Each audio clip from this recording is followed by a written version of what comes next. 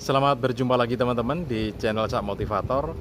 Dan kali ini saya akan berbagi informasi tentang bagaimana caranya kita bisa menikmati hasil dari pertanian atau perkebunan jagung itu meskipun kita tidak ikut menanamnya.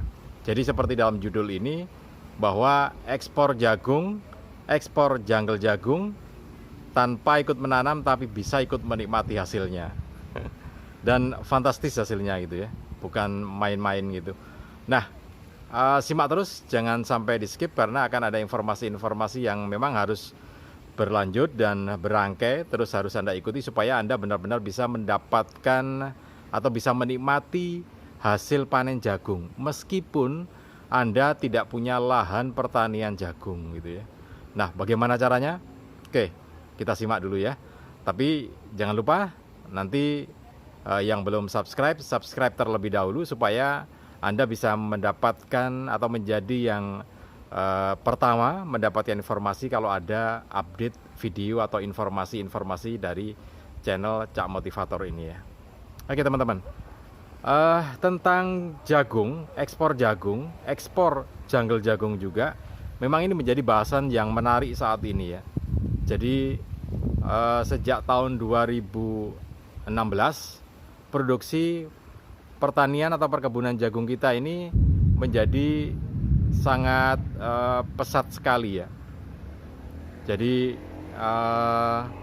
2016 itu kita sudah berhenti untuk impor jagung. Kemudian 2017 kita juga sudah menghentikan impor jagung, 2018 juga. Nah, 2019 kita bahkan ekspor jagung gitu ya. Nah, ini menarik sekali. Sehingga pertanian atau produksi jagung ini memang bisa diandalkan gitu ya. Artinya ada hasil yang didapatkan. Nah, oke, kalau ekspor jagung tentu petani jagungnya juga dapat gitu ya. Nah, yang menarik adalah janggal jagungnya gitu ya. Janggal jagung ini bisa diekspor tapi tentu dengan ketentuan-ketentuan sesuai keinginan atau spesifikasi yang ditentukan oleh pengimpornya. Dalam hal ini khususnya dari Korea Selatan dan juga dari Jepang. Nah, impornya adalah produksinya janggal jagung yang sudah digiling. Jadi lembut gitu ya. Sudah seperti tepung tapi juga ada yang agak besaran, tapi sudah ada speknya. Yang paling besar berapa gitu ya hasil gilingan itu. Nah, itu sudah ditentukan. Nah, kalau Anda ingin ekspor janggal jagung, ya memang ada beberapa perusahaan yang harus Anda hubungi atau kita hubungi untuk bisa mengekspor hasil gilingan janggal jagung itu ya. Seperti di wilayah Mojokerto ada satu perusahaan yang bisa menampung janggal jagung yang sudah giling. Tentu sekali lagi ada speknya, ada spesifikasi yang harus Anda penuhi gitu. Anda masuk kriteria apa enggak gitu.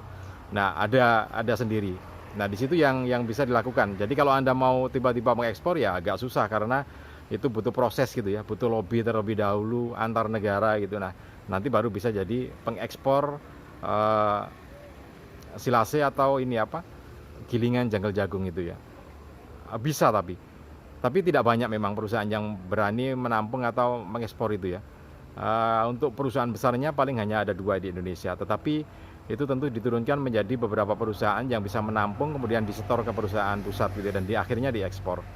Nah, kalau yang saya tahu di Mojokerto ada satu. Nah, itu yang bisa dimanfaatkan gitu ya.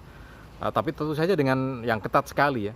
Misalnya ketat itu tidak semua janggal bisa diterima.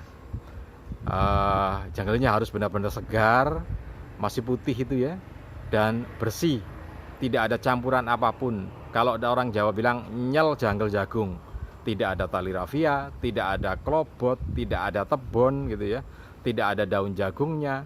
Ya pokoknya benar-benar bersih gitu ya. Nah, itu yang kadang-kadang agak sulit gitu ya. Nah, ekspor. Nah, oke, ekspor ada ketentuannya. Tinggal mengikuti saja. Karena di situ akan ada manajemen produksi. Apakah Anda bisa mengendalikan faktor-faktor produksi yang ada di situ, misalkan tenaga kerja, biaya produksi gitu ya. Nah, kalau Anda bisa mengendalikan itu ya Anda bisa ekspor. Tapi kalau enggak ya bangkrut, Anda rugi gitu ya. Oke, itu yang pertama. tidak ikut menanam jagung tetapi bisa menikmati hasil panen jagung, ekspor lagi. Menarik. Oke, itu yang pertama. Kemudian yang kedua, apakah ada cara lain? Kan kita nggak bisa ikut-ikutan bergabung di situ, apalagi kalau rumahnya jauh, kita nggak bisa bergabung di situ gitu ya. Nah, ada cara lain, yaitu dengan cara Anda ini apa? Mengolah sendiri dalam bentuk kerajinan tangan. Misalkan seperti teman-teman di Pati gitu ya. Jadi kerajinan tangan itu menjadi sarana yang paling murah, modal murah, hasilnya ya berlimpah gitu ya.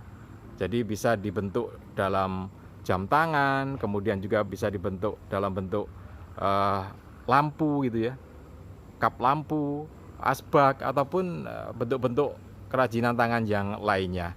Nah, itu lebih menguntungkan karena tidak perlu Anda ikut-ikutan SOP dan segala macamnya. Cukup Anda menyediakan peralatan yang sederhana yang bisa Anda temukan di rumah Anda sendiri. Gergaji misalnya, kemudian kikir gitu ya, amplas gitu. Semuanya bisa dimanfaatkan seperti teman-teman yang ada di Jawa Tengah itu. Jadi hasilnya juga bisa maksimal juga. Apalagi kalau Anda punya jaringan di internet yang cukup bagus, itu juga bisa Anda manfaatkan. Tidak ada yang tidak mungkin gitu ya. Saya dulu juga tidak mungkin untuk bisa ikut tergabung dalam ini perusahaan ataupun komunitas yang bisa mengolah janggal jagung itu. Tetapi ternyata memang bisa dilakukan asalkan dengan manajemen yang benar-benar bagus gitu ya.